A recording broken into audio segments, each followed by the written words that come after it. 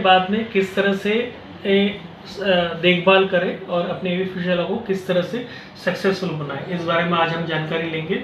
मैं डॉक्टर पावन Shahane Mayflower clinic के यूट्यूब चैनल पे आपका स्वागत करता हूँ। ठीक है, क्या होता है जब किसी का किडनी फेलियर में चले जाता है, इसको हम बोलते हैं क्रॉनिक रेनल फेलियर या क्रॉनिक किडनी डिसीज, जिसमें किडनी का साइज श्रिंक हो जाता है और किडनी अच्छी तरह से काम नहीं कर पाती है। पेशेंट का क्रिएटिनिन बढ़ जाता है, यूरिया लेवल बढ़ जाता है और उसको तकलीफ होना शुरू हो जाता है। ऐसे पेशेंट्स में डायलिसिस करना जरूरी हो जाता है।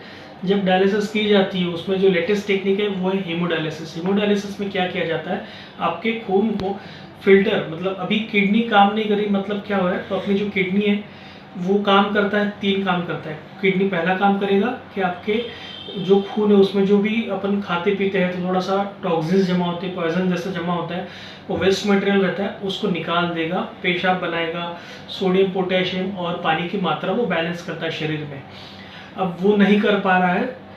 दूसरा क्या तकलीफ होता है, किडनी अगर प्रॉब्लम है तो बीपी बढ़ जाता है। बीपी भी कंट्रोल करने का काम रेनिन एंजियोटेंसिन करके एक सिस्टम रहता है जो किडनी करता है, उसके सहायता से होता है। तीसरा किडनी काम करता है, वो इरिथ्रोपोइटिन नाम का एक हार्मोन बनाता है जो कि अपनी हड्डी को जाके बताता है कि आरबीसीज बनाओ, मतलब लाल रक्त पेशी बनाओ, अपना हीमोग्लोबिन बनता है और लाल रक्त पेशी बनती है, अपना खून बनता है।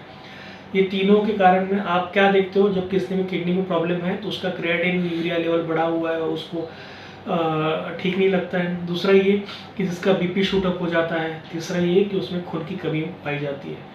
तो ये तीनों तरफ से उसका ट्रीटमेंट होता है। नेफ्रोलॉजिस्ट डॉक्टर को मिलकर आपका ट्रीटमेंट कराएं। मेरी सहायता इस तरह में इस बार में मैं कर सकता हूँ कि हम लोग एवी फिशुला बनाते हैं। एवी फिशुला हीमोडायलिसिस के लिए बनाते हैं। होता क्या है, डायलिसिस करने का इजी तरीका है कि आपके गले में यहाँ पे नीडल डालिए, सेंट्रल लाइन जिसको हम बोलते हैं, जो हार्ट की जो बड़ी बड़ी नसें उसके अंदर में डायरेक्टली डालते हैं और इसी में 2-3 कैनुला होते हैं जिसमें से आपका ब्लड बाहर निकलता है। मशीन होती है जो किडनी जैसा काम करती है, आपके खून को प्यूरिफाई करती है, उसका टॉक्सिन्स निकाल देती है। तो उसमें मशीन में घूमता है खून और वो पॉइजन निकाल के वही खून वापस अपनी बॉडी में छोड़ दिया जाता है। करीब करीब 3-4 घंटे का प्रोसेस होता है। उसके बाद में आपको अच्छा लगता है और ये रिपीट करने की ज़रूरत पड़ती है क्योंकि अपना खान पान रेगुलरली चलते रहता है, उसी से अपने धीरे धीरे पॉइजन्स बढ़ते हैं। ठीक है, तो और एक इम्पॉर्टेंट बात कि अगर हमने इस तरह से कर रहे हैं तो इसमें क्या होता है कि ये 15 से 20 दिन तक ठीक ठाक चलता है। बाद में यहाँ पे इन्फेक्शन होना, खराबी होना, ब्लड क्लॉट होना, ये तकलीफ शुरू हो जाती है। तो अपने को फिर साइड बदलने की ज़रूरत पड़ती है। लेकिन बार बार भी अपन साइड बदल नहीं सकते, इसमें तकलीफ होती है, इन्फेक्शन होता है, नसें खराब होती है और खर्चा भी ज़्यादा होता है। तो और एक दूसरा टेक्निक है जिसमें ज़्यादा समय तक अपन कर सकते हैं, जो है परमाकैथ। क्या किया जाता है, छाती में यहीं पे चमड़ी के अंदर में वो डब्बी डाली जाती है जिसके थ्रू डायरेक्टली जो कैथेटर है उसका वो अपने हार्ट के वेसल्स में डाल दिया जाता है। इसके थ्रू भी अपन हीमोडायलिसिस करा सकते हैं। ये परमाकैथ जो है करीब 3-4 महीने तक चलता है, लेकिन फिर भी उसके बाद में भी उसमें ब्लड क्लॉट होना, इन्फेक्शन आना, ये सब तकलीफ शुरू हो जाती है। और एक ज़्यादा जो अपने को ज़्यादा सहायक है वो ट्रीटमेंट है, मतलब एवी फिशुला जो हीमोडायलिसिस का एक जरिया है। उसमें क्या करते हैं हम लोग, आपकी जो खून की नसें आती है, 2 तरह की नसें होती है। एक होती है धमनी जिसमें खून का प्रवाह डायरेक्टली हार्ट से बहुत जोर से आता है और अपने हाथ में जाता है, दोनों हाथों की तरफ में।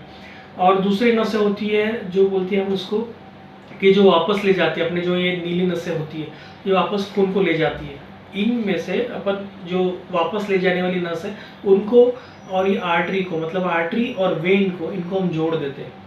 कभी इस तरह से जोड़ते हैं, कभी इस तरह से जोड़ते हैं। इससे क्या होता है कि जो खून का प्रवाह आ रहा है उसमें से आधा खून इस तरफ से चले जाएगा वेन में से, तो ये नस फूलना शुरू हो जाएगी। ये पतली होती है और इसमें फोर्स कम होता है, लेकिन जब इसके थ्रू जाना ये ब्लड इसमें से बाईपास हो जाता है तब ये फूलना शुरू हो जाती है और उसका फोर्स भी बढ़ जाता है।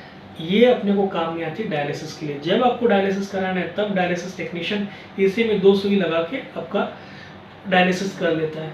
ये बहुत जल्दी हो जाता है। दूसरा ये कि यहाँ पे इन्फेक्शन के चांसेस कम रहते हैं। अगर यहाँ पे खराबी भी होती है तो आपके हार्ट के जो बड़े वाले नसें हैं वो खराबी नहीं होती क्योंकि अपन ने यहीं पे कर लिया।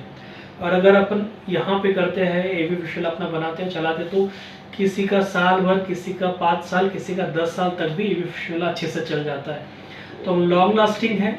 दूसरा हम यह है कि इसके बाद में अपने डायलिसिस कर ले तो सुई निकल जाती है, आपके शरीर पे कोई पट्टी, कोई सुई, कोई ड्रेसिंग नहीं रहता है।